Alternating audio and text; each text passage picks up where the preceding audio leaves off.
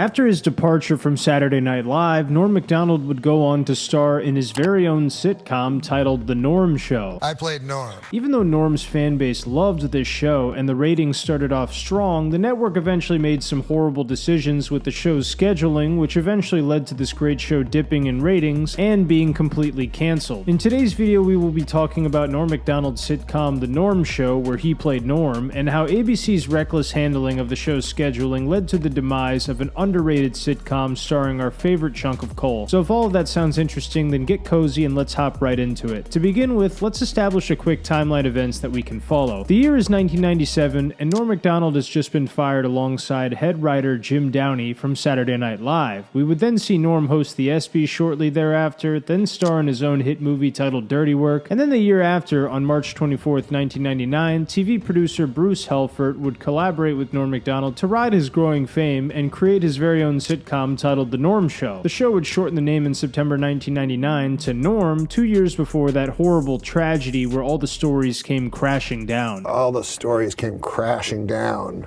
you know. A lot like when we tried to write on The Norm Show. This was a preemptive decision to prevent any potential legal dispute. Anyway, let's take a minute or two to talk about the general storyline of The Norm Show. Norm's sitcom revolved around him as the main character named Norm Henderson, who is a professional hockey player who was banned indefinitely from the NHL for gambling and tax evasion. Norm, being the acting connoisseur that he is, method acted this role for many years by gambling and losing all of his money frequently before he even got the sitcom, just so he could really nail the role when he acted. Which just proves my new theory: Richard Simmons is gay. Alright, I'll lay off, goddammit. Moving on, Norm would have a formidable comedic cast behind him, consisting of Lori, who was played by Laurie Metcalf, Danny, who was played by Ian Gomez, Taylor, who was played by Nikki Cox, and in the second season we got to see Artie, who was played by Chris Farley. Wait, that's not Chris Farley, that's just some other fat guy. The plot would essentially just follow around Norm and all of his shenanigans at the office. A key detail of the show is that Norm had been assigned this job as community service for 5 years, which was the only thing standing between him and significant prison time, given all of his gambling legal troubles. Lori and Danny are Norm's friends from the office who try to steer him away from his office rebel antics as much as possible, while their boss is Anthony Curtis, who constantly takes a much more direct approach to steer Norm away from being a degenerate. Thankfully for us, his efforts are futile and we get to see Norm wreaking havoc in typical fashion. Nikki Cox, being a stunning young smoke show, plays Taylor, who, just in case you weren't aware... Look, Taylor, I don't think you understand. You're a huge whore. Now that we have a general idea of what Norm's sitcom was like, how was it received by ABC's television audience? Well, as goofy as it sounds, it was really good until it wasn't. What do I mean by that? When The Norm Show first went on the air, it had a pretty elite time slot on Wednesday nights at 9:30 p.m. It also preceded The Drew Carey Show, which was a fairly well-retarded sitcom, so the show being well received by audiences was essentially a layup for The Norm Show. Not to mention that anybody tuning into a sitcom about Norm Macdonald filled with his style of humor, of course they were going to love it. The sitcom was essentially geared just for die-hard Norm Macdonald fans who wanted to consistently hear him rip on prostitutes and do his famous You like this?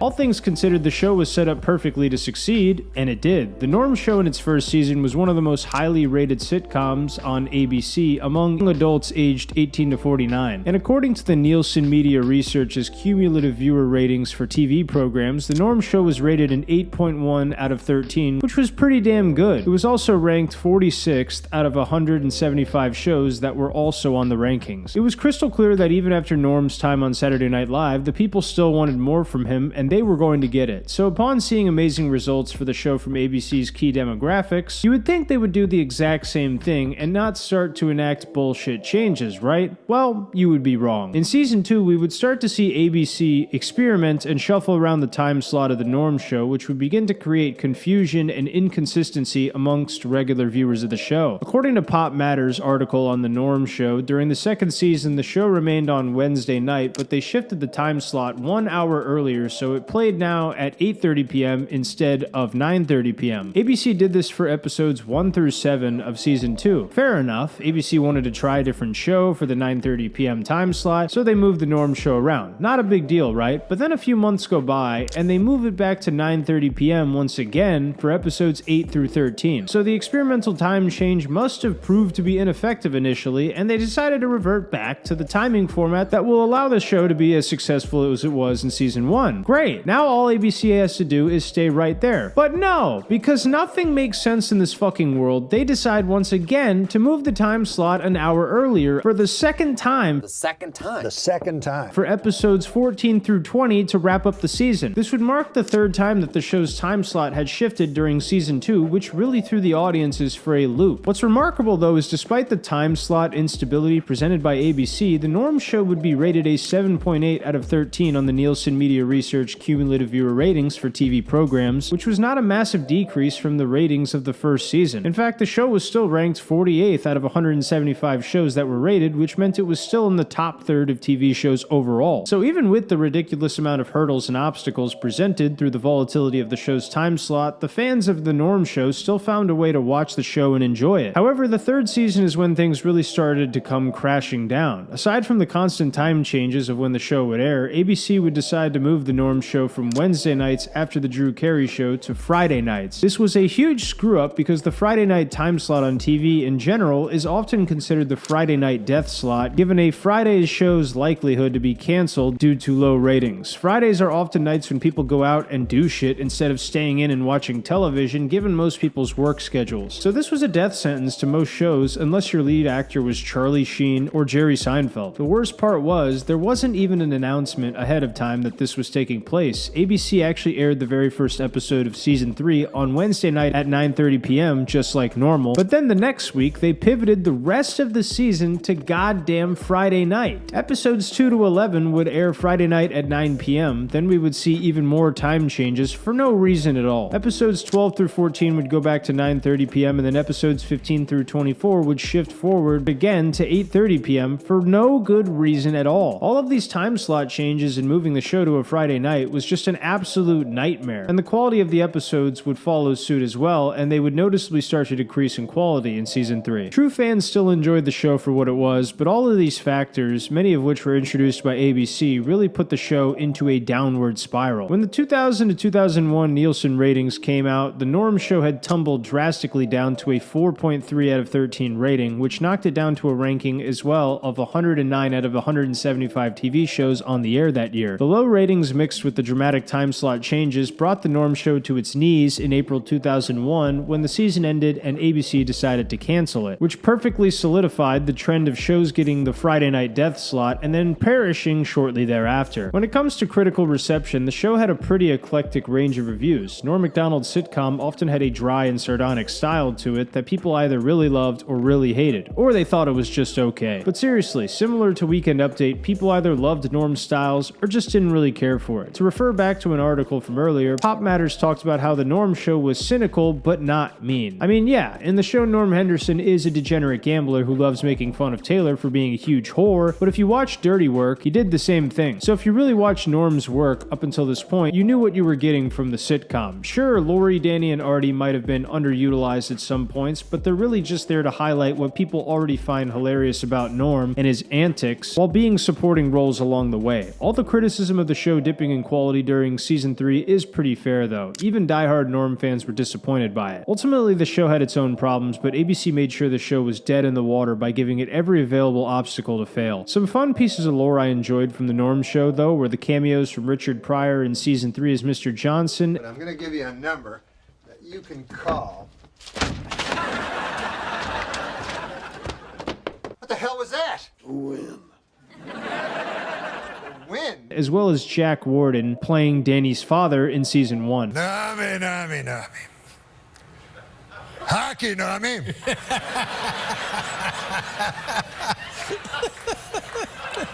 Hockey nummy.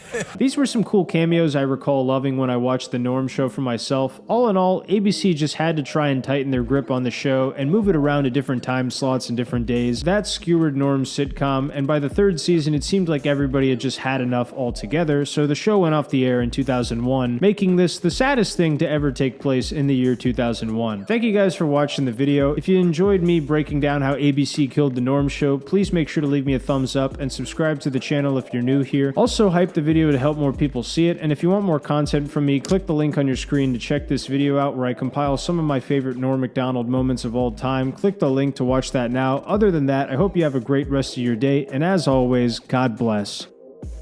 This is Norm MacDonald vs. O.J. Simpson, a full recap. Well, it is finally official. Murder is legal in the state of California. I no longer take that position with O.J. Simpson. He was found not guilty. I see him as the greatest rusher in the. That's all he's guilty of to me, is the greatest rusher in the history of the NFL.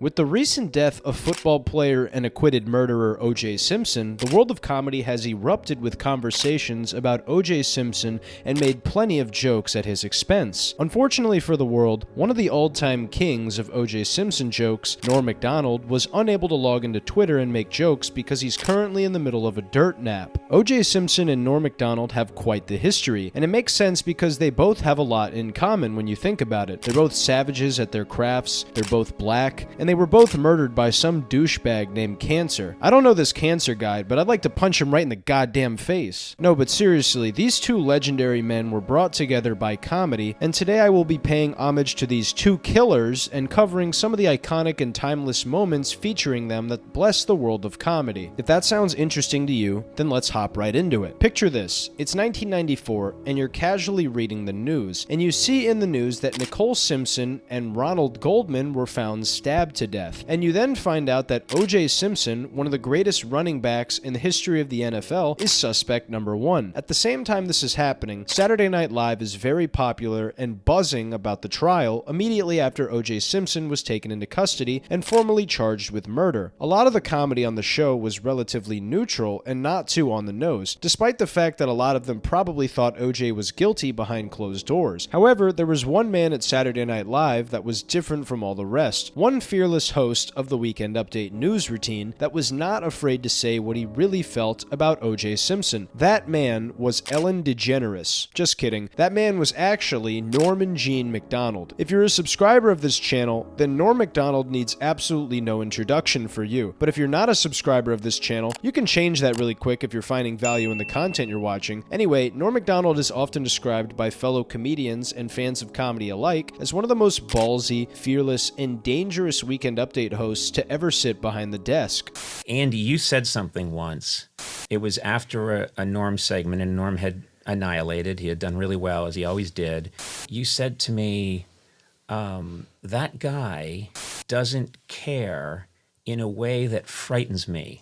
During the trial, Norm was absolutely vicious with the O.J. Simpson jokes. It seemed like Norm would have several new O.J. jokes every single episode of Saturday Night Live. Some of these jokes are considered to be some of the best jokes to ever be told on Weekend Update. In a brilliant move during closing arguments, Simpson attorney Johnny Cochran put on the knit cap prosecutors say O.J. wore the night he committed the murders. Although O.J. may have hurt his case when he suddenly blurted out, "Hey, easy with that. That's my lucky stabbing hat." And in court this week, Cato Kalin testified that O.J. Simpson did not appear angry before or after the period of his wife's murder. But Kalin admitted he could have been a touch edgy while he was actually murdering her. Nobody had really gone at O.J. Simpson like this before, and given his status as one of the most famous and successful football players at the time, this made the case extremely divisive amongst Americans. Norm would lean right into this divisiveness and go right for the throat time and time again, and it would lead to him getting some pushback while working at Saturday Night Live from management. Norm would write most of these jokes with one of the head writers at the time who was named Jim Downey, and Jim has talked about how they went through the process of writing these jokes before. Many months later, in September September 1994, the murder trial would begin for O.J. Simpson, and with this commenced Norm and Jim Downey launching an absolute assault on O.J. Simpson and anyone who thought he was innocent. Obviously, with this came many more jokes, and with many more jokes came hot water for Norm Macdonald behind the scenes at Saturday Night Live. Norm would be confronted by Don Ohlmeyer about the O.J. Simpson jokes, and Don was one of the executive producers at NBC who was very high up on the corporate ladder in the entertainment world. The reason for Don's frustration with Norm was that he happened to be very good friends with O.J. Simpson, which is an odd choice when you think about it. I've never been friends with a murderer before, but something tells me that those guys are real jerks. Don would tell Norm and Jim to tone down with the O.J. jokes a little bit, which was an absolutely ridiculous request when you consider the fact that Weekend Update on Saturday Night Live was a heavily topical news segment which was made to poke fun at current events. So what the hell were they supposed to do? Just ignore one of the biggest criminal trials of all time to make the producer more comfortable? To hell with that. Eventually, after many more hilarious jokes by Norm and Jim, the O.J. Simpson case would conclude with the Juice being found not guilty of murdering those two people that he absolutely murdered. Then Don would approach Norm and Jim again and say to them now that the trial was over and that they should just move on and stop doing O.J. jokes because at this point it's old news. As you could all probably predict, that's not the cloth from which Norm is cut. After being told this, he would then go on to open Weekend Update with this joke immediately after the trial's conclusion. Thanks, I'm Norm Macdonald, and now the fake news. Well, it is finally official. Murder is legal in the state of California.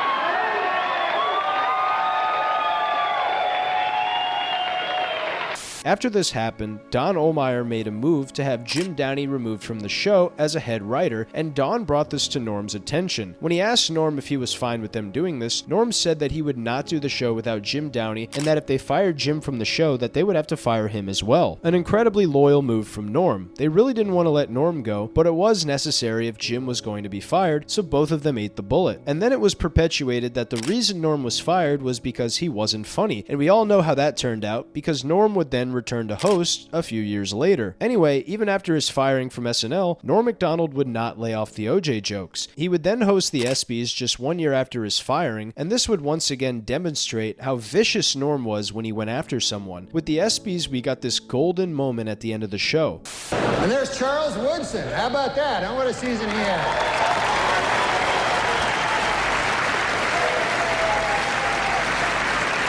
Great, man. He became the first defensive player to win the Heisman Trophy. And congratulations, Charles.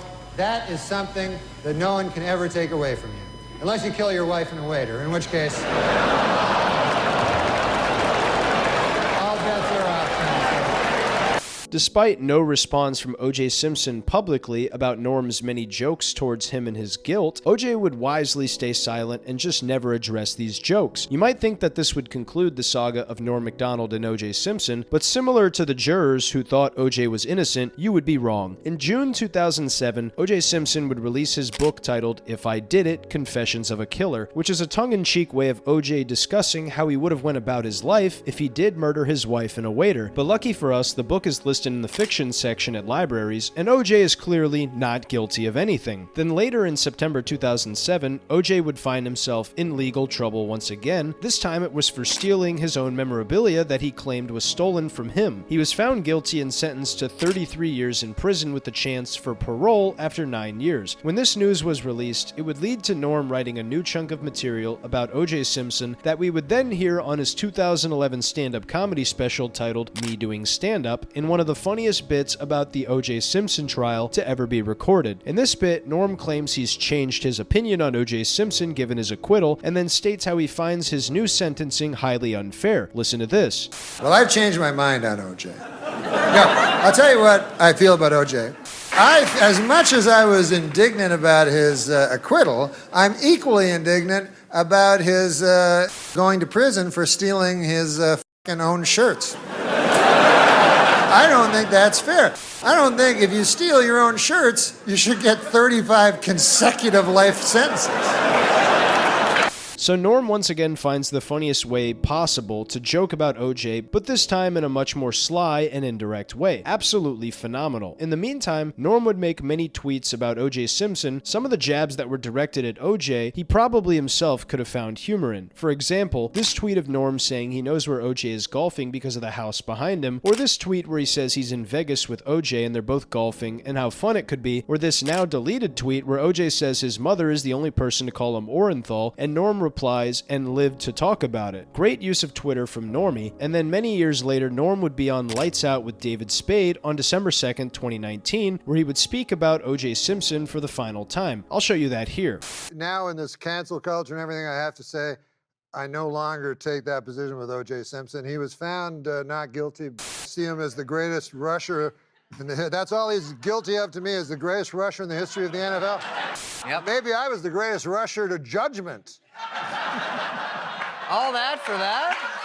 Then just 2 years after this, Norm MacDonald would die of cancer in September 2021. I couldn't believe it. I couldn't believe that O.J. Simpson changed his name to Cancer before killing Norm. It truly was a tragedy to find out that O.J. outlived Norm MacDonald, and it's even sadder to know that O.J. had one less person on Earth that he could kill. Then just recently, as I typed this, it was released that O.J. Simpson had lost his life to cancer, which is really sad to think about because O.J. Simpson won so many football games in his life, but the last thing he ever did was lose. What a loser that guy was! Upon the announcement of O.J. Simpson's death, there's a plethora of people who are going back and watching Norm MacDonald on Saturday Night Live roasting O.J. Simpson, and it's bringing a whole new appreciation for Norm that hasn't always been there. It's nice to see Norm getting some of the recognition he finally deserves for killing his wife in a wait a second. What I meant to say was killing it on the Weekend Update. Anyway, I hope you guys learned something from this video, and if you like it, you can subscribe to the channel and like the video. Also, there's some bonus content on my Patreon if you want to check that out in the description below. But all in all, this was Norm MacDonald vs. O.J. Simpson, a full recap.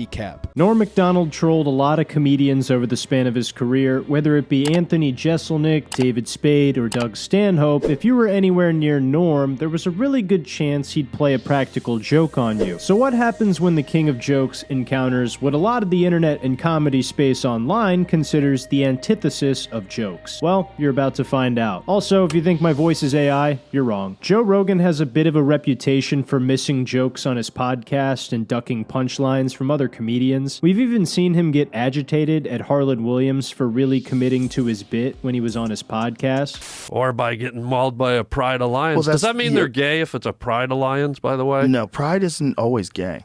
Okay, they look gay to me. Pride didn't used to be gay. It used to be like MRSA is medication-resistant staph infection. Wow, a lot of black gospel singers get that, I hear. MRSA? Oh, that's Mercy. I'm sorry. I'll show some more examples of this later on, but if you don't know the story Joe always tells about Norm MacDonald, I'll bring you up to speed really quick. Basically, Norm and Joe ran into each other on a plane, and Joe tells the story on his podcast anytime somebody brings up Norm MacDonald. Have you hung out with him? Yeah. I've never hung out with him. I hung out with him twice accidentally. On two separate occasions, the we were airplane. on planes. I told you about it, right? I heard they are the one of them, and he was smoking. Yeah, that's hilarious. As soon as he landed, he was talking about how great it was to quit smoking. As soon as he landed, he ran into the gift shop and bought cigarettes and was lighting them before he was on his way out the door. I go, I thought you quit. He goes, I did. Talking about it. I wanted to smoke. Yeah, he just does what he wants. But it feels randomly, on two occasions, I just was sitting next to him on a plane. So the story itself is pretty funny as a Norm fan, because this was obviously Norm playing a little bit of a practical joke on our boy Joe. What's even funnier, though, is that Joe still doesn't understand that Norm actually never quit smoking, and he was just messing with him the entire time. In fact, he likely still doesn't even know that Norm was messing with him the whole time. Obviously, it's really cool and fun to sit next to Norm on a plane randomly twice, but for him to run the I just quit smoking bit and Joe not get it is really funny and makes the bit even better. Joe has told the story on his podcast a bunch of times, and I'm pretty sure it comes up every time somebody on the show mentions Norm MacDonald. Like he told Tom Green on episode 2108 of the podcast, and Tom even told Joe that this is probably an elaborate setup and that Norm probably never quit smoking in the first place. I was on a plane with him accidentally twice. Nice. Twice. That must have been amazing. Twice on two separate occasions. Just The moment we land, he walks into the gift shop, buys a pack of cigarettes, and he's lighting them before he gets out the door. Yeah. And I go, I thought you quit. He goes, I did, but all that talking about it made me want to smoke. Yeah, it's probably all an elaborate setup, right? He probably was planning it the whole way. I don't know. Who knows? He probably doesn't even smoke. He was just doing it as a gag. No, he was. Well, he was into gambling too, right? So Yeah. like people that have those kind of like impulse control issues, like gambling is a big impulsive thing. Like, I'm gonna fucking bet. I'm gonna bet on it. Even when Tom tells Joe just says, I don't know, like it might be real and not be a bit. Tom Green is a Canadian comedian who is really good friends with Norm. He probably knows him better than a lot of comedians did. So if he's saying it's a bit and Joe won't take the hint, then he's probably never gonna realize that it was just a bit. Joe also told the story to Colin Quinn on the podcast, and Colin pretty much did exactly the same thing that Tom Green did and said there's no chance that Norm actually started smoking again, and that this was almost certainly just a goof. But once again, Joe plays coy and can't wrap his dick and balls around the fact that Norm was just fucking with him. I know Joe Rogan is big on not reading the comments, but anytime Joe mentions the plane story or Norm is mentioned on his podcast, there's a barrage of people who joke about Joe telling the same story over and over again, and these comments are so fucking funny anytime I read them. Now, I don't think that Norm disliked Joe Rogan. At worst, he probably just doesn't find Joe very funny, which he wouldn't be the first to think that if it was true. Like, there were several times he would joke about the Death Squad, which was a comedy group that Joe was a part of that included like Brian Redband, Tom Segura, Tony Hinchcliffe, and Ari Shaffir, and I think a few others. We're all good. So you opened for Mencia, which made you the enemy of the Death Squad. Yeah. Because, It's like a Bruce Lee movie. Yeah, it's just like it. So the Death Squad. I don't know what Bruce Lee movie. They're comedians? Yeah. Well, don't you think Death Squad makes more sense in a Bruce Lee movie than a comedy club? That's true. I went to a comedy club, and then the next week, the Death Squad were there. It was just odd. So even though Norm has made fun of Joe Rogan and the Death Squad as a whole, I really don't think that there's any bad blood between them. There was one time back in 2016 that Tony Hinchcliffe allegedly stole a joke from Norm, and he actually tweeted at Norm about the situation, asking if Joe could vouch for him. Joe obviously defended Tony, but then Norm basically said that the joke was definitely stolen in his eyes. So even when Joe vouched for Tony, it didn't really mean shit to Norm anyway. Then again, Norm might not have even cared that much and just wanted to fuck around with Joe. That's one of the funniest things about Norm, was that you never really knew if he was being completely serious or not. Norm also trolled Doug Stanhope on Twitter when he said he would tell the story about how Doug changed his comedy career forever, and ended up never telling the story. So Norm was a big troll on Twitter, which makes me think maybe he wasn't even being serious when he tweeted at Joe about Tony and just wanted to stir the pot a little bit. I don't know, maybe you guys could leave your thoughts on that. Joe has said many times on the show how much he loves Norm MacDonald, which, all of us do, and he said he would have done anything in his power to get him on the podcast. In fact, I think having Norm on would have broken the internet because of how many jokes Joe would have probably missed from Norm. As we know, Norm is the king of trolling, and we've also seen plenty of instances where Joe just completely misses jokes when said by other comedians on his show. Have you heard of this? I've heard of this, yeah. Right, so it's going to be some sort of a quarter-sized thing they screw into your fucking head and a bunch of wires in there that lets you download information quicker. You're going to be able to talk with no words. That's his exact words to me. Probably use your phone on a plane, I bet. Oh, yeah. Well, I think you can now. And I was like, whatever, if I get fired here, whatever, I'll just go do Joe Rogan next week and I'll be fine. Anyway, I thought that was funny. No? What?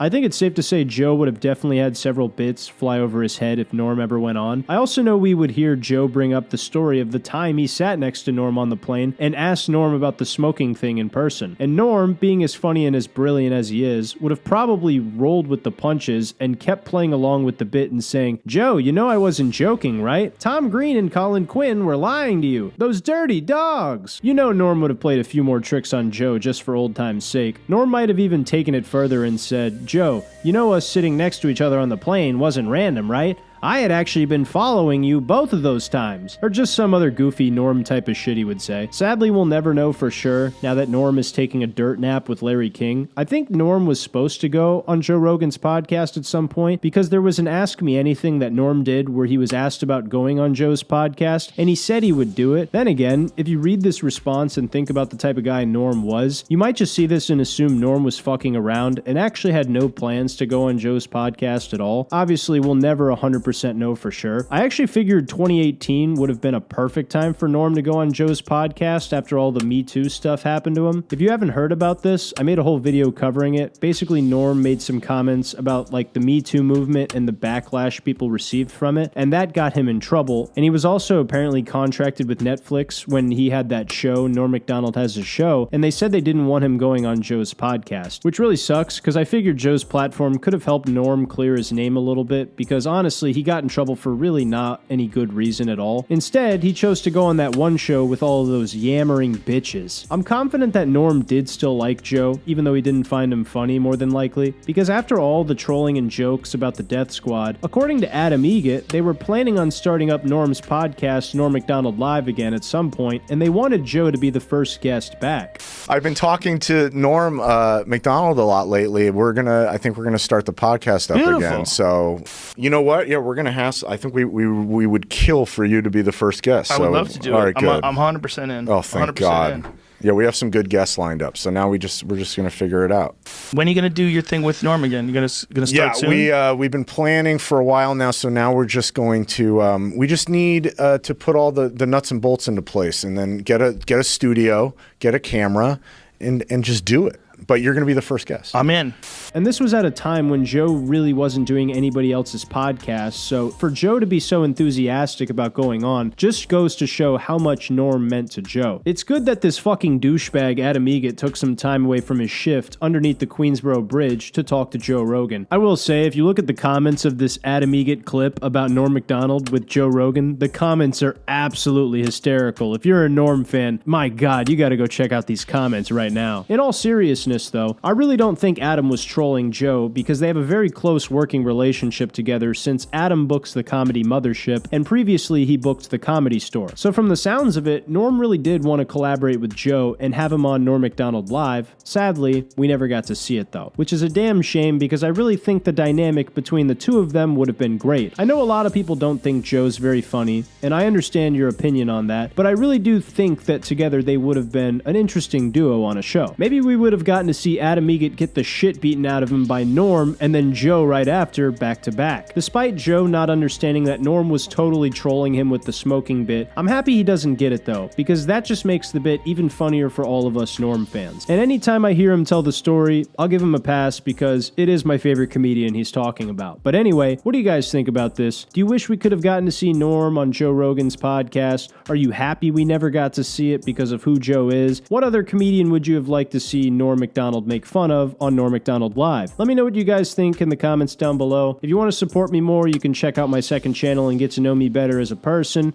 Other than that, thanks for all the likes, shares, and subscribes. I appreciate you all a bunch. Let me know if you like this type of cadence and delivery in the video narration better as well, because it was a little bit more fun to record the video like this, and if it's easier for you guys to listen to, I'll definitely keep it going moving forward. Thanks for watching all the way to the end. I love you guys, and I'll catch you in the next video. Take care. Norm MacDonald and Chris Kattan have quite the history together at Saturday Night Live, and I'm not talking about some type of gay sexual escapades. I mean that for a period of time these two stars clashed heads and did not get along, and it made for an incredibly entertaining story that was circulated by comedy fans. But was it a real feud, or was it merely for our entertainment? In today's video, we will be finding out what happened between Norm and Chris on Saturday Night Live, why they might not have liked each other for a period of time, and whether or not they ever buried the battle axe. So if that sounds interesting to you, then let's hop right into it. To begin with, these two alleged doghouse owners were on Saturday Night Live in the 90s. Norm was a cast member for 5 seasons from 1993 all the way up until 1998, while Chris Kattan was a cast member for 7 seasons from 1996 all the way up until 2003. This brought them in close proximity to one another for the 22nd and 23rd season of Saturday Night Live. Now, I imagine with the stress and pressure that comes along with working on a show as massive and prestigious as Saturday Night Live, that sometimes you might see the worst in people, whether it be through a drug addiction or impulsive behavior. But according to Chris Kattan in the beginning, Norm did treat him respectfully. Then as time went on, Norm and Chris would start to get on each other's nerves a little bit. And Norm, being who he is, would eventually air his thoughts on who he believes Chris lies down in bed with. Quick Norm story. Great quick Norm story. Kid, Artie. Well, Jim will appreciate that. They do a big Rolling Stone article about the cancer. Ah, no, That was a great one, man. Wait, what is this? They do a big Rolling Stone article about the cast. I got about a the good what? one. So the cast of Saturday Night Live. Right, yeah. And it's everybody kissing each other's ass. So they ask Norm about Chris Kattan. And it's after pages of, I've never seen someone do better character work. Norm's quote is, he seems gay to me. He goes, I've never met a guy who said he wasn't gay. He seems so gay. But I guess he says he's not gay, so whatever. Hey. I love that. Now, obviously, this didn't seem like a huge deal at the time. If you're a subscriber of this channel, you're probably a pretty big Norm MacDonald fan, and him calling people gay to tease them was a pretty common occurrence. If anything, it's probably a sign that he's fond of you as a person. So at first, this doesn't seem like anything more than some banter between two star-crossed lovers, but then when Chris Kattan is asked about it on the Howard Stern show, we get some more details about the interactions between Chris and Norm. What about Norm MacDonald? You're at war with him as well. You two don't like each other. Warring with Norm? Here's what Norm said. Oh, good. I got it for you. Another one. Chris and Norm MacDonald apparently hate each other. This is according to my notes. When Norm hosted Saturday Night Live, Chris did not appear on the show.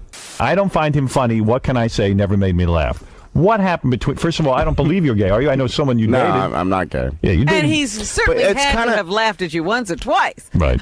Yeah, You're exactly. a funny guy. Right. Well, that was the I mean, your Rolling characters, Stone some of your article. characters are effeminate, so maybe people will think you're Right. gay. Like Mango's, like, you know... He's gay. Queer as day. Right. So And... Yeah. So is Norm a homophobe? Is that the problem? He doesn't like gay definitely characters? think he has a problem with, yeah. But give me the history of this. I love feuds. Well, let's see. When I first got on the show, he was so nice. He and Spade, right, were just like so nice, and then I don't know what happened. He just started. Like Garth Brooks was, we did like a pitch meeting, and he started saying things in the pitch meeting like, you don't want to do, like Garth Brooks was a guest. Yeah. Was a guest. I was like, I'm sure you don't want to do another sketch. Like things like that. People would laugh. Oh, dear. I was like, why is he saying? Why is it? And then it got kind of old. Like, Jesus, Norm, you're like another. And it makes you inhibited in a writing meeting if someone's goofing on you every time you open up your mouth, right? Yeah. I mean, I didn't care because I'm not gay. If I was like, you know, some gay guy going, I don't want anyone to know that I'm just right. And so the gay jokes kept going and going and going. Yeah, the gay jokes kept going and going. And then you finally said, hey, I've had it with you, Norm. Well, Did you ever confront him? A little bit, yeah. But it's like a playful thing. He says it's like a Jack Benny, Fred Allen kind of a feud thing. But you don't see it that way. No, I think he's, yeah. I don't know. According to Chris, in the beginning everything was fine between them, but as they worked together more and more, they started to dick around and make fun of each other more. Norm even detailed that he didn't actually hate Chris or even dislike him, but that they had this little faux feud between them, similar to Jack Benny and Fred Allen, who were popular comedians who performatively clashed in 1936 on Fred Allen's radio show titled Town Hall Tonight. The feud did have a lot of funny moments though, like the story Chris Kattan tells about the time they sat next to each other on a plane. We were on a flight together. We didn't plan on being together on the same flight. We were flying from LA back to New York to do Saturday Night Live, and it was a red eye, and he's behind me, and we're getting along, whatever. He's talking about crapping on women, or I don't know what he was talking about, something like that. Yeah, and it was funny because he was so loud, right? So everyone else could hear it. I'm like, I just crap on this girl. Yeah, and I'm like, laughing, right? Because he's a funny guy. Yeah. And then I wake up, and because it's a red eye, and one of my shoes is missing. And I was like, where's my shoe? And Norm's like, hey, you lost your shoe, huh? And then he leaves. And I'm like, so disoriented. And I'm the last guy in the flight looking for my shoe. And I just, walk off the plane with one shoe. And all the stewardesses like, you are funny. Oh, no. So he stole your shoe. He stole my shoe. And he's playing goofs on you. He's not respecting you. Right. And then I took his jacket on a really cold night. Yes. And his assistant called me at home going, I got to get Norm's jacket. Please get me Norm's jacket. When she was like freaking out. Right. In addition to this goofy story, Will Ferrell actually told the ending to this story on Fly on the Wall with Dana Carvey and David Spade. He's like, come on, give me back my shoes. I know you took them. I know. Norm's like, I don't know what you're talking about. Kattan has to walk through JFK. With no shoes? With no shoes, just in his socks. An entire season goes by. And then Kattan and Norm are jousting back and forth about something. They used to joust a little bit. And then Norm finally goes, oh yeah, and one other thing, I did take your shoes. So this story is all well and good, but eventually on the Howard Stern show, Chris starts talking about how Norm wanted to be on the cover of the Rolling Stone magazine, but Artie Lang called in to mention how this narrative is untrue. Now, if Norm and Chris were on good terms, why would he feel the need to lie about this? The conversation that led to Artie calling in was when the previous caller mentioned how Jim Breuer had an issue with Chris while they worked on Saturday Night Live over accusations of a stolen idea. Chris, Thank you. Is it not true that Jim Breuer, your former cast member, had a problem with you as well? I think at one point he thought I stole an idea from him. Oh, really? Yeah. So, man, there's so much infighting. You got to admit. But they're really, that's it though. Really? That's not much for like 6 years. With a lot of the cast members, and I think with Chris, do you remember that Rolling Stone cover came out and they only put certain members of SNL on the cover? Yeah, that was a big deal. Didn't that cause a lot of strife inside? Yeah. I mean, Norm wanted to be. There's a big stink because he wanted to be on the cover by himself. Yeah. Really? No, I don't know if he wanted. No, he wanted to be in that picture. I don't know. He showed up later, and then he wanted to be. He wanted to stand in the middle of us. And you said no. Well, it was just like weird. Yeah, like, right. Why are you like, who are you? Like here? It's like my variety show.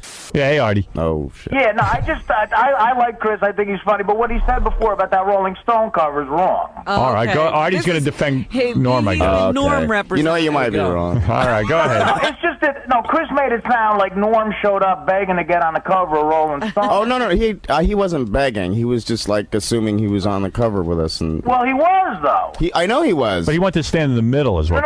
No. They were begging Norm to do it, and he thought it seemed weird. He didn't want to do it. Right. He thought it seemed weird to stand in the middle of all you guys. Oh, that's true. They definitely wanted Norm to be on the cover because at the time, I mean, he was the funniest guy on the show. Howard, you've said that a million times. I think Norm is hysterical. He is. I already said that. Yeah, and so does Chris. As much as I love Chris Kattan and Night at the Roxbury, it seems like Artie did catch him stretching the truth here. So this was the inception of the little feud between Norm and Chris Kattan, but then the next time we heard about their feud was when Jim Breuer told the infamous story about the Twilight Zone sketch. He tells the story in this clip of him doing stand-up, but I prefer him telling the story on the Howard Stern show. Pamela Anderson is on it. Every time a hot chick would come on, Kattan would go over the top to like, oh my God, he'd write a sketch, we're going to make out. And Norm is the guy who's got to go, imagine if you will. And Norm doesn't read sketches, and he's a pro. Right. So he would rehearse it and go, hey, imagine if you will, and second time, and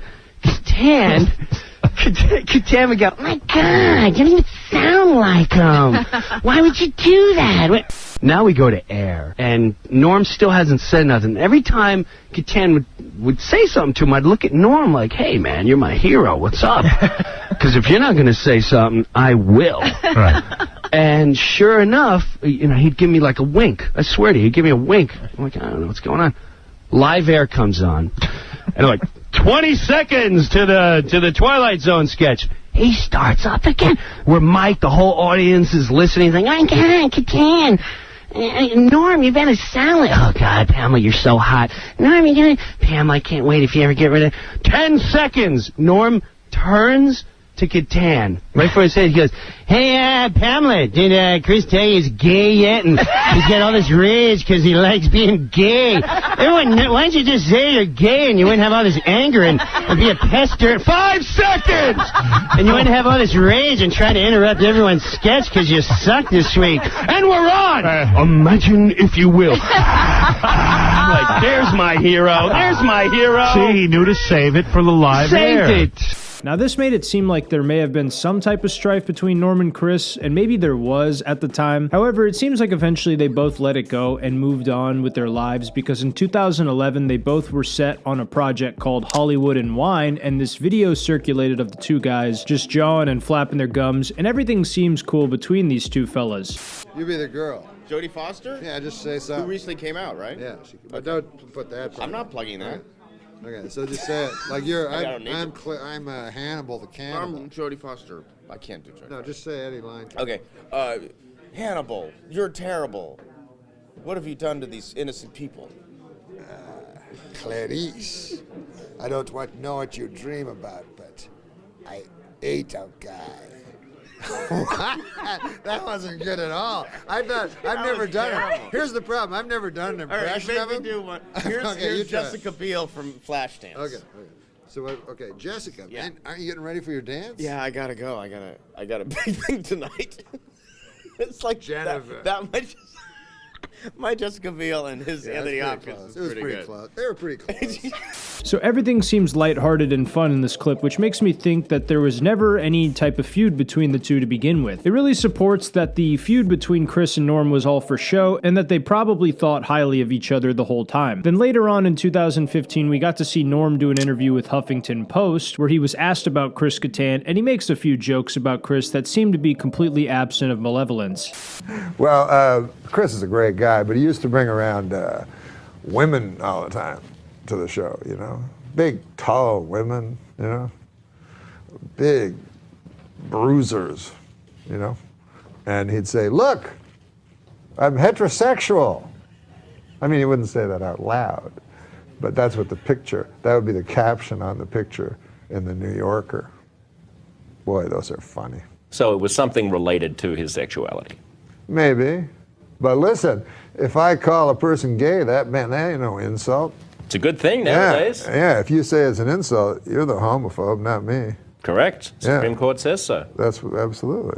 All right, this is so fucking funny. I hate to be a D1 Glazer here, but Norm really was the funniest guy to ever live. I don't care what anybody says. Then 6 years later, Norm would die from cancer, and Chris Kattan would do an interview where he was asked about Norm and the relationship they had. He shared a lot of stories and insight as to why he had such a deep admiration for Norm as a comedian and as a cast member on Saturday Night Live. He even confirmed the idea that their feud was all for show, and Norm even said behind the scenes that there was no bad blood and that they teased each other for the entertainment of the audience and also fellow cast members, as we heard from Jim Breuer's story. He also detailed a story about making Norm laugh while he was doing Weekend Update, and also how Norm talked to Chris's mother for 10 minutes and they had a really wholesome conversation. With all of these words of high praise, it makes it abundantly clear that there was never any beef between these two fellas and that their iconic Saturday Night Live feud was all for show and entertainment. That being said though, it is really fun to look back at all the funny moments and stories between them and quote them to friends and in comment sections. If you guys want to leave some jokes about Chris Kattan and Norm in the comments down below, please do it, and also hype this video so more people can find it and get a good laugh for themselves. All in all, this was the truth about the iconic feud between Norm Macdonald and Chris Kattan on Saturday Night Live. If you enjoyed the video, make sure to leave me a thumbs up and subscribe to the channel if you're new, and if you're looking for more content right now, click the link on the screen to watch this video about Norm Macdonald where I tell you the entire history of his career in only 10 minutes. This video is great if you want to learn more about our favorite chunk of coal and your time is extremely limited. Other than that, I hope you all have a great rest of your day.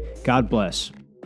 Norman Jean Macdonald was born on October 17, 1959 in Quebec, Canada. His parents Fern and Percy Macdonald raised him and his brother Neil on a rural farm that Percy inherited from his father. Norm's family was working class and both his parents had jobs as teachers. His deep love for his family and upbringing made him develop an earnest respect for elderly people and the unique wisdom and perspective they brought to any conversation. Norm was also an incredibly well-read and intelligent student when he was in school. He started high school at Quebec High School but transferred to Gloucester High School upon his family moving to Ottawa, where he would graduate at just 14 years old. Then at 16 years old, he went to Carleton University to study math, but didn't care for it, so he dropped out. Norm always loved comedy, and even shares a story about a joke that he saw David Letterman perform that he told all of his friends when he was a kid. He worked a bunch of different jobs, but then at 26 years old, he tried stand-up comedy for the first time at Yuck Yuck's Comedy Club. Howard Wagman managed the club and told a story about Norm fleeing after his first set because he felt embarrassed at how the performance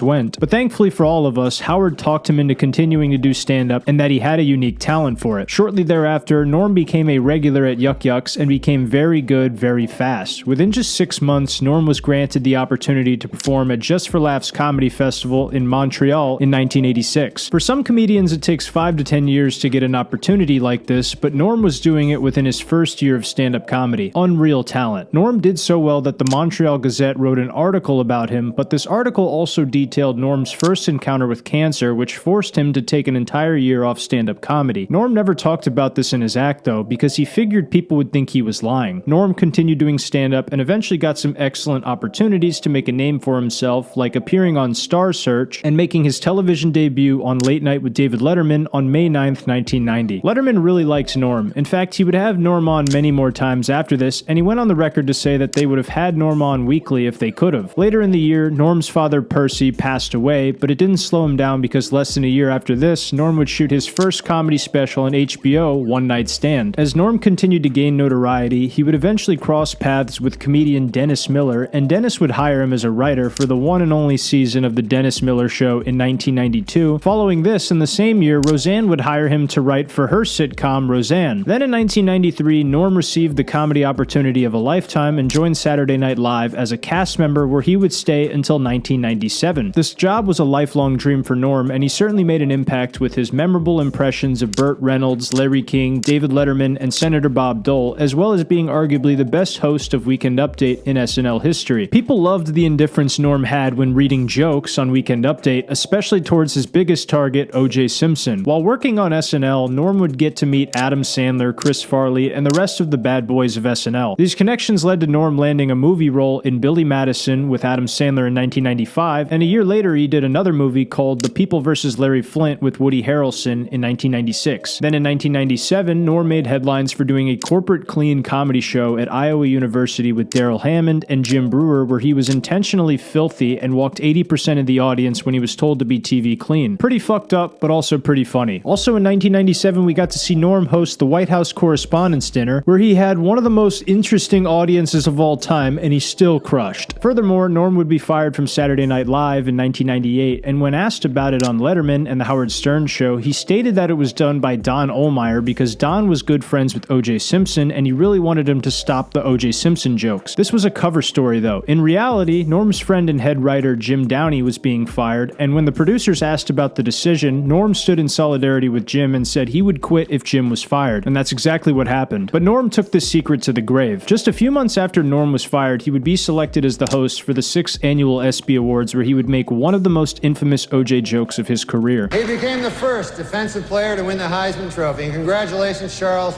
That is something that no one can ever take away from you. Unless you kill your wife and a waiter, in which case...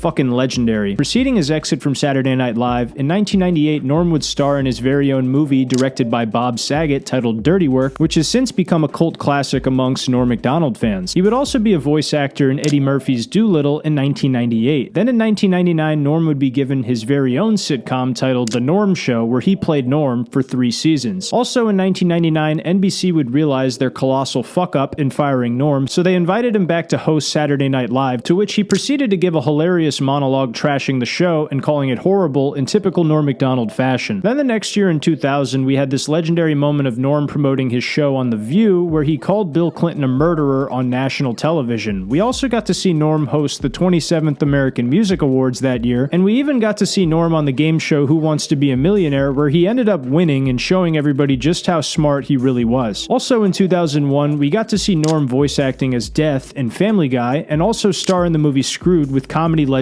Dave Chappelle. Then a year later, in May 2001, The Norm Show would be canceled, making it the worst tragedy to ever happen in the year 2001. Also this year, Norm would voice act in Eddie Murphy's Doolittle 2. Over the next several years, Norm would have a few television projects that would unfortunately perish very quickly, like the TV show A Minute with Stan Hooper that aired on Fox, where Norm was the main character, which would be canceled after only 6 episodes. Then in 2005, Norm was cast in a sketch show titled Back to Norm on Comedy Central, which once again was killed in its infancy because of lackluster ratings and low viewership. However, in the same year, Norm would land an iconic voice acting role as Norm the Genie in the kids' TV show The Fairly Odd Parents. Then just 1 year later, in 2006, Norm would release a sketch comedy album titled Ridiculous, which was met with mixed reviews from his base of avid supporters. It seems like Norm's best luck in this decade was anything that was far away from sketch comedy. Norm would continue to do stand-up while also snagging some acting roles, such as 2007 when he played Chubby's son in the TV show My Name is Earl, and also a TV appearance on the show Match Game, where he's part of the celebrity panel. In the meantime, Norm also did some commercials in this time frame, like from 2006 to 2008, he voice acted for the Canadian company Bell Mobility, in addition to being the gingerbread man in AT&T commercials from 2007 to 2008. Then in 2008, we saw Norm do the legendary roast of Bob Saget, where he took the roast about as seriously as you would take fitness and diet advice from Lizzo. Following this, in 2009, Norm pitched a reality show about himself to Fox, but the series would be scrapped halfway through the filming process. Norm would also be featured as a regular guest on late-night talk shows, proving to be one of the most consistently funny guests of all time. It's impossible to track all the best ones, but I promise you they're not difficult to find. Moving on, 2011 would prove to be a really good year for Norm, beginning with the release of his first hour-long stand-up comedy special titled Me Doing Stand-Up, which was met with high praise from comedy fans, and then Norm would star in his own talk show called The Sports Show with Norm Macdonald. Then a few more years passed by, and in 2013, Norm started his very own podcast called Norm Macdonald Live with some fucking douchebag named Adam Egget as his co-host. The show featured many different guests and stayed on YouTube for 3 long seasons. Then in 2014, we got this legendary appearance from Norm where he hosted YouTube's Big Live Comedy Show alongside Jenny Slate and Kasim G, where he rightfully made a mockery out of the entire event. Then in 2014, we got to see Norm do some voice acting as the Pigeon on Mike Tyson Pigeon Mysteries. Later on, 2015 would prove to be a huge year for Norm, where he did some voice acting in the Canadian TV show Sunnyside, where he played a talking manhole. He was a judge on the NBC show Last Comic Standing, and most notably, he did the last late-night stand-up set on Late Show with David Letterman, where he broke down into tears given the sheer gravity of the moment. We also saw Norm as Colonel Sanders in KFC commercials for a bit. Then a year later in 2016, we saw Norm release his incredibly funny book titled Based on a True Story, Memoir. And on top of that, we saw him host the 2016 Canadian Screen Awards, where he showed a lot more reverence and respect than previous hosting occurrences. Then in 2017, we got to hear Norm voice acting as Yaphet, the talking blob, in Seth MacFarlane's TV show The Orville, and then we saw the release of Norm's second hour-long stand-up comedy special titled Hitler's Dog, Gossip and Trickery. Then in 2018, Norm was embroiled in controversy for publicly criticizing aspects of the Me Too movement, and this led to him having an appearance on The Tonight Show with Jimmy Fallon canceled. The most disappointing thing about this is that if this bullshit didn't happen, we probably would have gotten a few more late-night appearances from Norm. Also in 2018, we saw Netflix purchase the rights to Norm Macdonald Live and then rebranded it as Norm Macdonald Has a Show, which a lot of people said was not as good as the original series back when it was on YouTube. Norm would continue doing stand-up for many more years. Then in March of 2020, right before the lockdown started, we got to see a set from Norm at the Hollywood Improv posted on his very own YouTube channel where he talks about the big cough. Little did the people know this would be the last time Norm Macdonald would ever perform stand-up comedy. Then a year later, in 2021, 4 years ago today, Norm Macdonald would die from cancer. His audience in the world of comedy were shocked to know that this was not a new development. Rather, he had been diagnosed with cancer over a decade ago and privately dealt with it until he lost his battle with cancer. Well, I guess it was more of a draw, really. But seriously, Norm Macdonald to a lot of people was a great comedian. If you ask some people, including myself, he was the greatest comedian to ever live. I love Norm Macdonald. He inspired me in many ways, and if you've made it this far, you probably love him too. Every year in September on this channel, I post a video to commemorate Norm and his comedy legacy, and I hope you guys appreciated this one. If you did,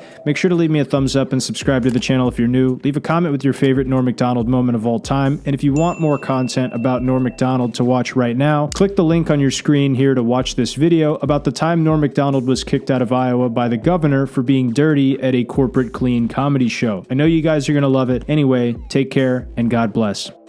This is the legendary trolling of Anthony Jeselnik. He won't be fully appreciated until he's dead. So I always looked up to him, always loved him, which is why meeting him and getting to work with him was such a huge disappointment.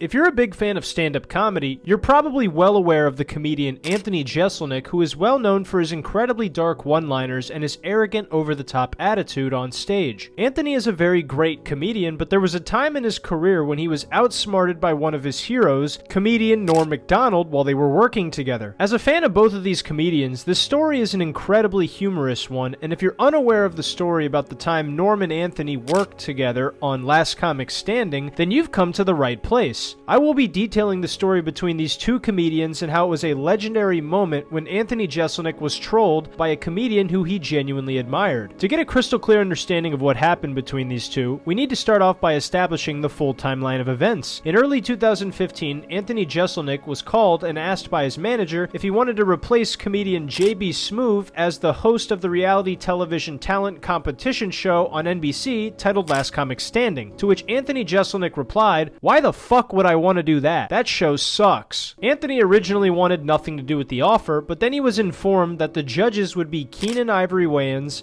Roseanne Barr, and Norm Macdonald. Norm Macdonald is one of Anthony's biggest comedic influences, and upon realizing he'd have the opportunity to work with Norm, he would accept the offer to host Last Comic Standing on the spot. Upon accepting the offer, the season of Last Comic Standing would air on July 22nd, 2015, and during the shooting of the show is when all the action would take place. Despite Anthony's eagerness to work with his hero and former Doghouse owner, Norm Macdonald, he cited that the first few days of filming were incredibly rocky and difficult, and that he and Norm did not get along at all. They asked me to do it, and I thought, oh, that sounds awful. And they're like, no, it's you and Norm Macdonald. And I was like, oh, I'd love to work with Norm Macdonald, thinking that it would be fun to work with Norm Macdonald. And then we just hated each other for like 8 days. We would just like yell at each other. We would like yell at each other. We'd have to like take breaks to calm down. And it's like hard when you're like upsetting one of your idols. You're just like, shit. He also expressed disappointment in the fact that NBC decided to cut out all of the fights that him and Norm got in, because even though it was uncomfortable for him, he believed that it was great television and that people would really enjoy it. And then we'd talk after each episode and be like, well, at least it's gonna be great television.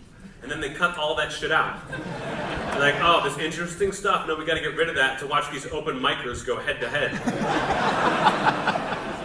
According to Anthony Jeselnik, NBC also messed up in the editing room and did not do Norm justice at all, because apparently he had some very blunt and brutal moments with some of the contestants where he absolutely trashed them as comedians. And Norm was like borderline a monster to people. Like, he would say things that would kill me, that I would be like on the floor dying laughing. Like, I would have to take time. One of my favorites was he told this one girl, he said, he goes, "I think that you are incapable of writing a joke."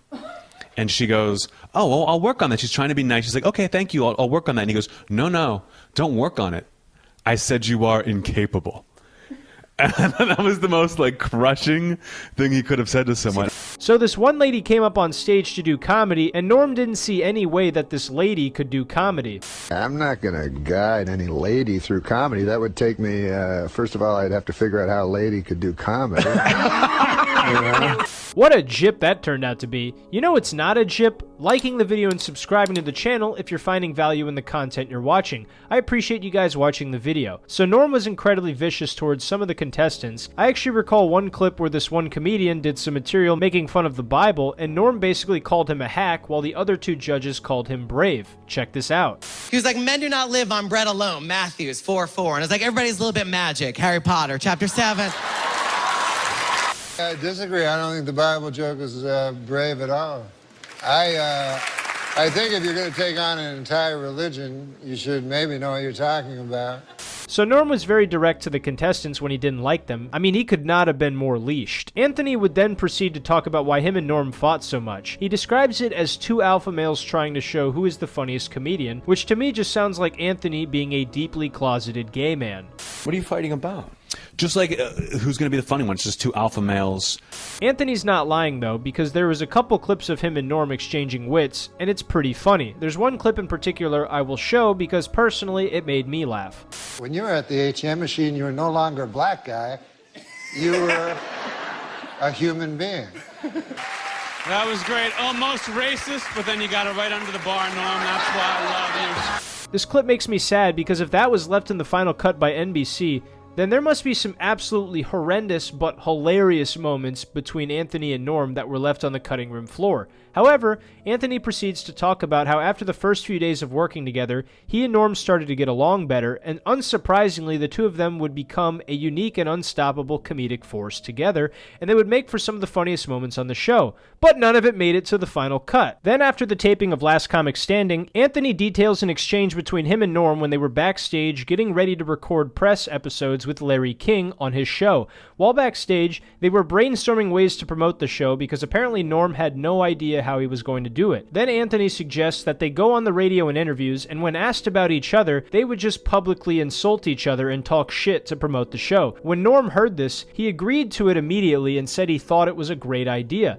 And so we're backstage at Larry King, and he's like, I don't know how to promote this thing. I don't know what to talk about. So when I talk about these comics, and I go, no, let's do this. Let's say that we had this horrible rivalry, and that we hate each other and just talk trash about like things we would do to each other backstage and like all these, how much we hate each other. He goes, that's great. Let's do that. That's really funny. And I'm like, all right, great. There was one interview where Anthony was asked about it, and he stuck to the plan for every single interview he did. Here's one that comes to mind. You know, like not every joke has to hit. You don't want to be a crowd pleaser. You want to be a great comedian. And Norm seemed to always be going that way. So I always looked up to him, always loved him, which is why meeting him and getting to work with him was such a huge disappointment. NORM MACDONALD, who was amazing. He'll be here in a little while. He wasn't that great, to be honest. Like, I know he's probably listening to this a little bit, but between you and me, it's more my show. It wasn't a bit. It was like he was pontificating about things, and female comics especially got it rough. Yeah. And it didn't make. He would love someone and hate someone else. And it didn't make. There was no rhyme or reason. Then Anthony talks about how when backstage, he was the first person to record with Larry King, and when Anthony was asked about working with Norm, he said, quote, Larry, Norm MACDONALD is a piece of shit, end quote. According to Anthony, he could hear Norm laughing backstage. Then when he went backstage, Norm was still laughing about what he had said. Then when Norm goes on Larry King, Anthony's backstage listening, and then Larry asks him about Anthony Jeselnik. Then Norm proceeds to say, quote, Larry, Anthony Jeselnik is one of the greats, end quote. Absolutely hilarious. Additionally, Anthony would continue to do more and more press while keeping up with this plan of trashing Norm every time to promote the show, and Norm would do the exact opposite. Anthony actually talks about how he believed that Norm had just completely forgotten about the conversation they had, but in this interview it would appear that Anthony did not realize that he had just been played like a fiddle by Norm MACDONALD. So I go around for weeks, and I'm just throwing Norm under the bus, talking about how much I hated him and what an awful person he is. And Norm has completely forgotten that we've made this deal. Norm is just talking about how nice I am and how funny I am everywhere we go. And he still hasn't brought it up to me, but I can't think he's happy. Now, considering the fact that Norm is now taking a dirt nap, there's no real way for us to 100% confirm if Norm forgot or if he just didn't follow through with the plan, knowing full and well that Anthony trashing him would make him look like a world-class douche, especially if Norm isn't being rude as well. However, if I was a betting man like Artie Lang, I'd put money on the fact that Norm absolutely knew this would make Jeselnik look like an ass, so that's why he did it. In fact, that's what a lot of the Norm fanbase has also agreed on, so I think it's pretty safe to say that's what happened. It's a funny story, and in fact, it's one of my favorite stories because it involves two comedians I really enjoy. As much as I like Jeselnik, he had to take this one on the chin because he was trolled by one of the masters of trolling. Furthermore, some of the details of the story I picked up from seeing Anthony Jeselnik live very recently, where he details the interaction between him and Norm and how Norm was the only celebrity he was ever really excited to meet. And if Anthony releases a new special sometime soon, you will all get to hear this story from his perspective for yourself. I like Anthony, I love Norm, but I just thought this story was too good to not share on the channel, and I really hope you guys enjoyed it. All in all, this was the legendary trolling of Anthony Jeselnik. Hey guys, thank you so much for watching the video to the end. If you enjoyed the video, make sure to support the channel by liking the video, subscribing to the channel, and turning on post notifications down below, because that's a free way to help the channel out, and it also helps the community grow brick by brick. I want the YouTube family to hit 100,000 subscribers this year, so please help me out with that by subscribing to the channel. If you want to support the channel further, you can check out the Patreon page down below, where you can get some exclusive benefits like getting to see videos early, getting to see exclusive content like a podcast I recently recorded and my set at the Tampa Improv. You also get to play a direct hand in the direction my channel takes, and you get shoutouts every single video. Shout out to Jason Murray, Crossblocker, Ethan, Thomas Gill, and Karsten, the newest patron, for supporting me on Patreon. Anyway, hope you guys love the video. Make sure you take care of yourselves, your friends, your family, and your loved ones. I love you, and I'll see you in the next video. Take care. Norm MACDONALD is one of the most respected comedians to ever walk the planet, and in his time alive, he had a reputation for being a very dangerous choice as a host, whether it be at the ESPY Awards. That is something that no one can ever take away from you. Unless you kill your wife and a waiter, in which case... or hosting Weekend Update. Well, it is finally official. Murder is legal in the state of California.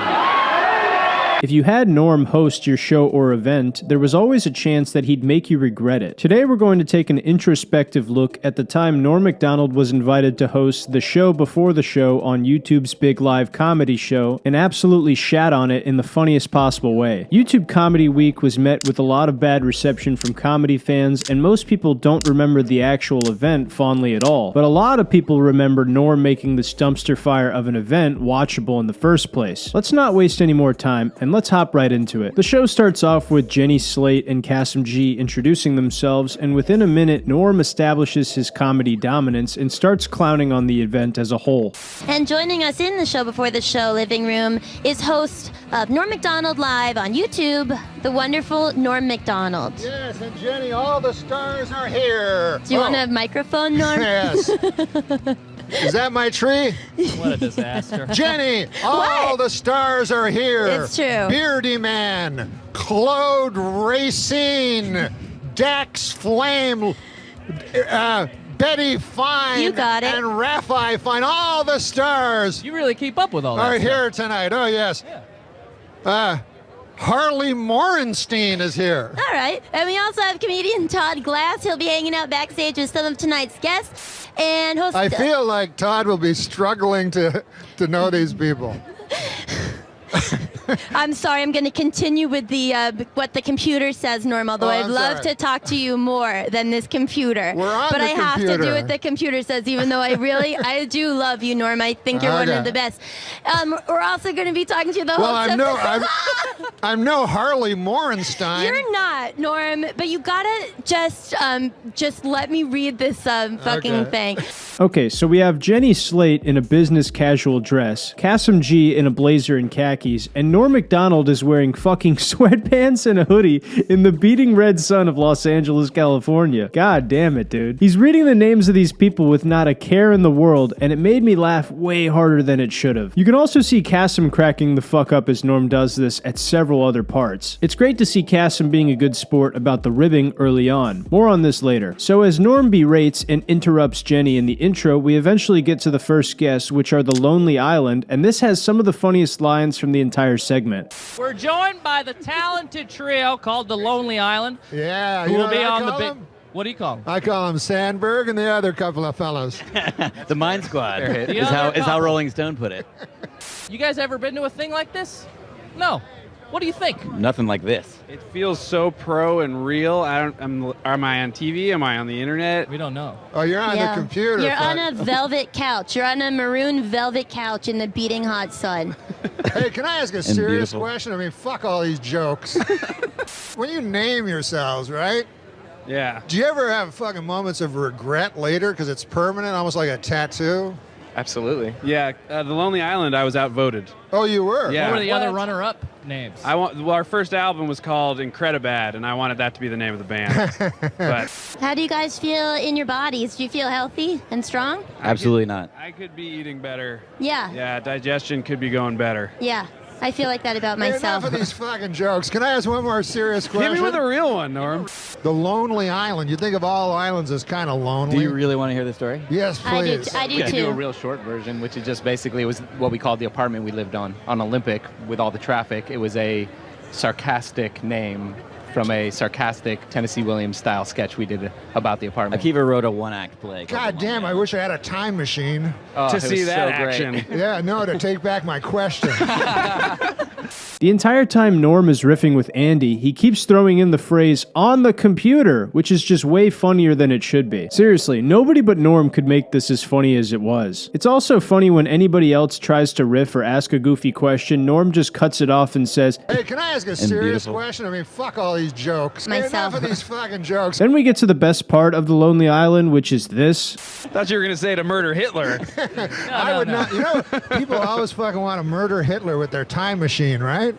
But then I feel if I got back there, I'd be afraid of falling under the spell of his fucking beautiful eyes. It's true. And oratory, and then he locked in the gaze. Yeah, and then I joined the fucking party, That's knowing his me. thing. He gives you his full attention. You're like, whoa, All wait right. a minute. Maybe there's Norm, something to I'm this guy. No, but before you ask another serious Believe question, it or we not, gotta they're move telling on. us to wrap it up. I don't exactly I don't know want to. why you Wrap guys. it what? This is fun for everyone. It's the For the Lonely record, Island, guys. I would have killed Hitler. So thanks, gentlemen. Can I just clarify? if I did go back in time to kill Hitler, I would do it. Yeah, yeah. I wouldn't get That's lost the- in his that's the front eyes and door then choice. bail. Yeah. Just so I don't get like thanks for hit having from us. all the like I know, all the- defamation Yeah, leads. no, Yeah, you would Yeah. end it. Yeah. Pro. Listen, Okay. man, I'm sorry about We got to wrap it up. I'm sorry It's about over. bringing up Hitler. Man, seeing Jenny Slate get uncomfortable and have to bring this interview to a halt is just fucking amazing. Norm's just cackling and losing his shit, enjoying the havoc he's wreaking. The best part about these shows Norm hosts is that I feel like he doesn't even want to do them, but maybe he's just bored and doesn't feel like reading John Steinbeck, so he just decides he's going to do the event and fuck with everybody involved. God bless Norm doing all of this for our entertainment. Then they have Jeff Ross as a guest who actually teases Norm a bit, and they go back and forth, and it's pretty funny overall. The Roastmaster General Jeff Ross joins us. Hi, Yes. Jeff. Welcome. Hi everybody. Oh, you got the first Hello applause. world. Yeah. Norm, this is so fun. Thank Yeah, you for having man. me on your live podcast. It's always fun to see you without a giant cloud of marijuana smoke between us. Well, it's outdoors. It drifted away. Yeah, how you doing, buddy? You got your hair cut a little. I had a little trim. I was at the doggy groomer for 2 hours today. Yeah. Oh, man, you're a hot fucking piece of ass. Look at that. I do all my shopping at the mall. Have you ever been to Forever 41? Forever 41. Norm, you're Listen. dressing like you're going to help somebody move. It's- You're wearing sweatpants to the biggest show in YouTube history. This is the biggest show on the internet. You're dressed like you're going to paint the set. He can't help himself. Who should I roast this week? What about Cassim? Yeah, It would be an honor Cassim. if you could just do me. He's an Arab, if that helps. I only roast celebrities, Cassim, so you're off the hook. Thank you. What do you dress like? You're like Harry Potter's accountant. You just not that up. Well, I want to thank Jeff Ross for turning the mirror on me today. Back to you guys over there. Like the inventor of a cure of some disease we haven't thought of yet. Look at you, like Orville Redenbacher's fluffer. I don't know. No surprise here, when two real comedians banter, it's actually pretty solid. Then in the next segment, we have Cassim and Jenny doing some type of YouTube promo while Norm just stares down the barrel of the camera intensely. It gets to a part where Norm gets a free tablet and Cassim tries to poke fun at him. Bah. Norm, do you know that you can watch live stream stuff on your phone I or don't tablet? believe that's true. I know I can watch it on my computer, but I don't believe I can watch it on anything other than my computer. Today is a day for you then. Guess what? What? Google, our Yeah. friends at Google here, Sure. sent us a free Nexus 7 tablet.